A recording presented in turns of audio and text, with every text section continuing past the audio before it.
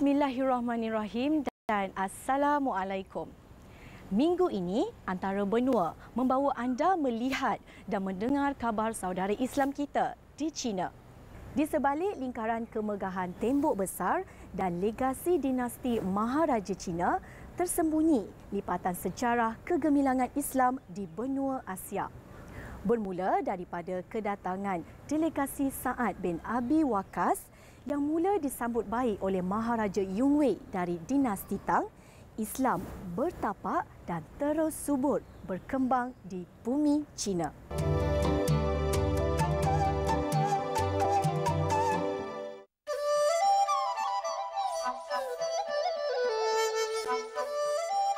China, negara kedua terbesar di dunia dan mempunyai penduduk paling ramai.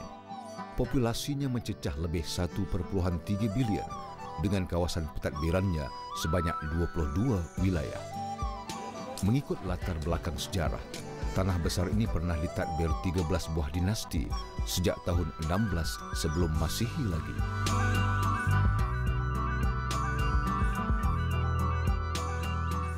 Satu tempoh masa yang panjang ini membawa perubahan yang cukup besar dari dinasti ke dinasti yang lain sehingga wujudnya China seperti hari ini. China, negara komunis yang dahulunya mengamalkan dasar tutup pintu, kini telah menjadi salah satu kuasa besar ekonomi, negara moden, indah, maju, kaya budaya, atau apa sahaja jolokannya. Ternyata negara ini mempunyai sejarah yang menarik untuk diceritakan. Segalanya mengenai Islam. Mengimbas kembali kedatangan agama suci itu ke tanah ini, teori menyatakan bahawa hubungan perdagangan adalah puncanya. Kedudukan yang strategik menjadikannya sebagai tempat pengumpulan utama pedagang dari serata negara pada suatu masa dahulu. Penganut Islam Cina dikatakan hampir 200 juta. Dengan kesempatan yang ada, Keru Majalah Islam berkesempatan mengikuti rombongan bersama dengan unit kebudayaan dan kesenian hal ehwal pelajar Universiti Sains Islam Malaysia. Seramai 36 delegasi ke negara yang dikenali sebagai tembok besar China bagi memberi pendedahan kepada delegasi mengenai sejarah kewujudan Islam di China selain melihat budaya serta nilai sejarah yang terdapat di sana. Kunjungan ini merupakan kunjungan budaya serta kunjungan khidmat masyarakat antarabangsa yang dikenali sebagai Global Islamic Student Outreach ke masjid-masjid yang terdapat di sana selain mendapat pengetahuan mengenai sejarah kewujudan Islam. Tujuan USIM buat program yang dinamakan One World Grand Cultural Visit 2012, Beijing, China adalah untuk yang pertama kita nak memperkenalkan kebudayaan satu Malaysia di peringkat ASEAN, negara ASEAN. Yang keduanya adalah kita untuk melaksanakan program Hikmat Community yang di USIM dikenali sebagai Global Islamic Student Outreach ataupun GISO. So, Hikmat Community ini meliputi di Beijing ni kita pergi ke masjid, kita buat Hikmat Community, kita buat donation, kita bagi dan sebagainya. Kunjungan pertama yang telah diaturkan bertepat di Masjid Matian, Beijing. Terdapat 720 masjid dan 23 masyarakat Muslim di China dan di belakang saya merupakan salah satu masjid yang berada di Beijing dan dikenali sebagai Masjid Matian. Peserta daripada USIM akan menghulurkan sedikit bantuan serta kerja-kerja kebajikan terhadap masjid ini. Delegasi diberi taklimat oleh Imam Besar Masjid Matian, Imam Ismail, untuk mengetahui lebih lanjut mengenai kedatangan Islam di China serta asal sejarah masjid ini dibina. Kebanyakan masjid di China berusia lebih 200 hingga 400 tahun. 这个清真寺啊，他说是就是已经存在了400年了。说是这个清真寺的模式一般都是先有穆斯林，说是有穆斯林在这儿居住了，他逐步的从一个很小的一个礼拜殿，逐步发展起来的。说是有清真寺已经400年了，但是说是现在发展到现在的规模200多年。 Masjid ini masih mengekalkan budaya campuran Cina dan Islam dan ramai dari jemaah yang datang ke sini dan belajar agama Islam datang dari pelbagai pelosok negara. 但是更多的是外地穆斯林和外国穆斯林都涌入了这个地区生活，他们有的在这儿是留学念书的，有的是经商的，有的是就是说是学生，还有一些就是外国友人，他们经常来这个清真寺做礼拜。这个清真寺基本上是，平时礼拜有几十人吧，要是在主门日有300-400人，要是大典的日子，就像开斋节二代费特的二代爱这行都是1-2千人吧。 Bagi mencapai objektif kunjungan budaya kali ini, delegasi melakukan aktiviti khidmat masyarakat ke semua tempat dalaman dan luaran masjid ini.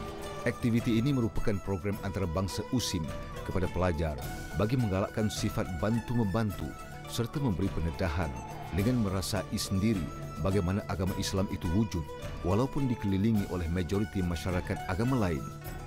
Program yang kami lakukan untuk tujuan utama kami datang ke sini adalah untuk program GISO iaitu Global Islamic Student Outreach, di mana program ini menekankan tentang khidmat komuniti dan daripada mahasiswa dan juga mahasiswi, di mana bukan sahaja mahasiswa USIM dapat melakukan khidmat komuniti dalam negara, tapi malah di luar negara juga dapat membantu terutamanya umat Islam di serata dunia.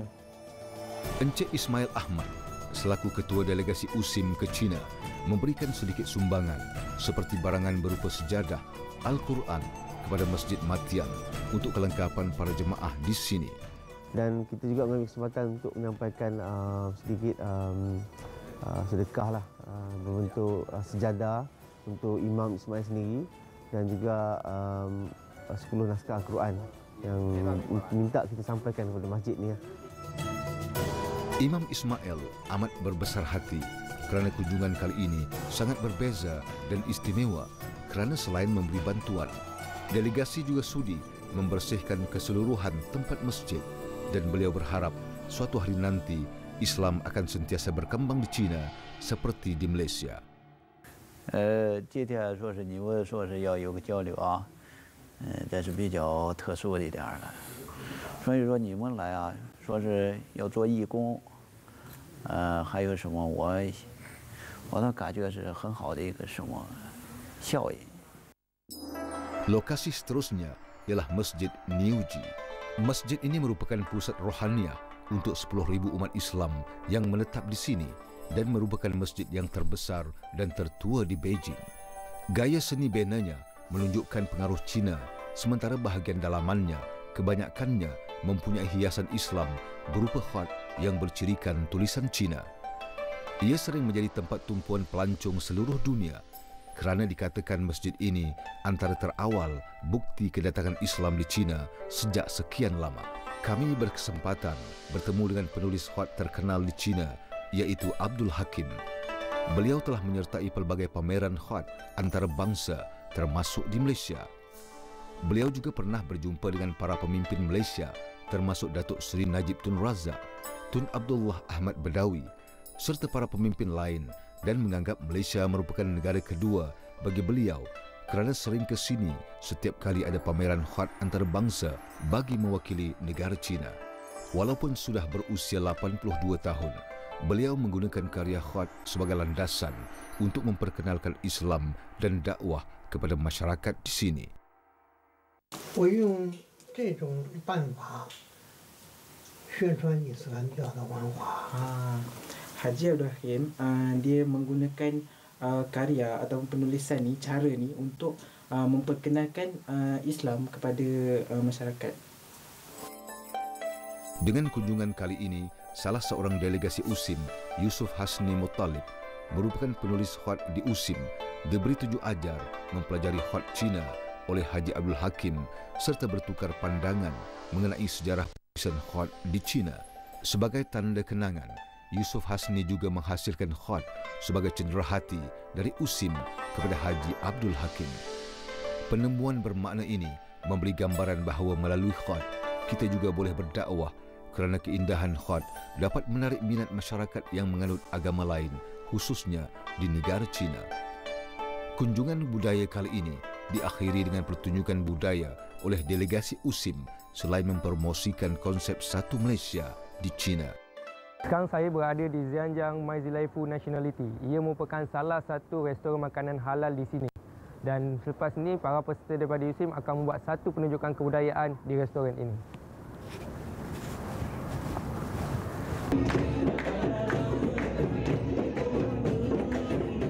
Aktiviti kebudayaan ini juga memperkenalkan keunikan budaya masyarakat di Malaysia dengan pelbagai latar budaya dan kaum, selain mempromosikan Malaysia ke mata dunia dengan aktiviti seperti ini. Antara aktiviti kebudayaan seperti pertunjukan Zapin, Dikir Barat serta pelbagai aktiviti kebudayaan lain.